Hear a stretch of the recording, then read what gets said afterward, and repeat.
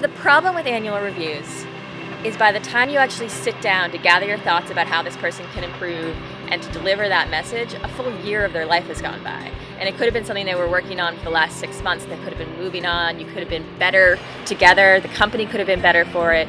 So it's really just delaying something that ultimately will make everybody better. And so the challenge there is it's too spaced out. So there is a woman named Kim Scott who talks about this idea of radical candor. And radical candor is this mix between being as transparent as possible and direct as possible with your feedback, but also having a level of trust with the people around you that they know that it's not meant to hurt and it's not painful.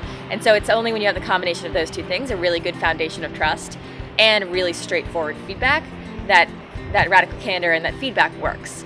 So I think about it that way. I try to make sure that in every relationship I have, whether it be somebody who reports to me or somebody I'm reporting to, there is that level of trust that would make that kind of open feedback worthwhile.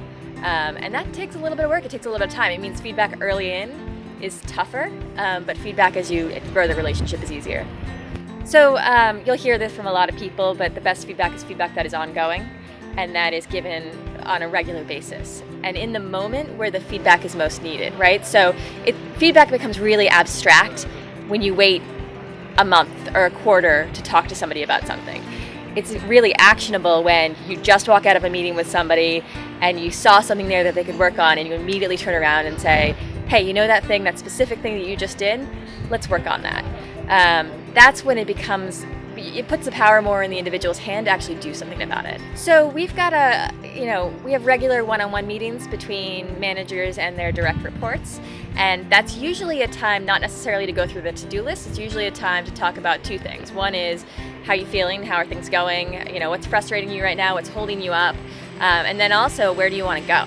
What do you want to do with your career? What's the next step for you? And that having that time carved out that we prioritize really helps us to kind of stay on top of it.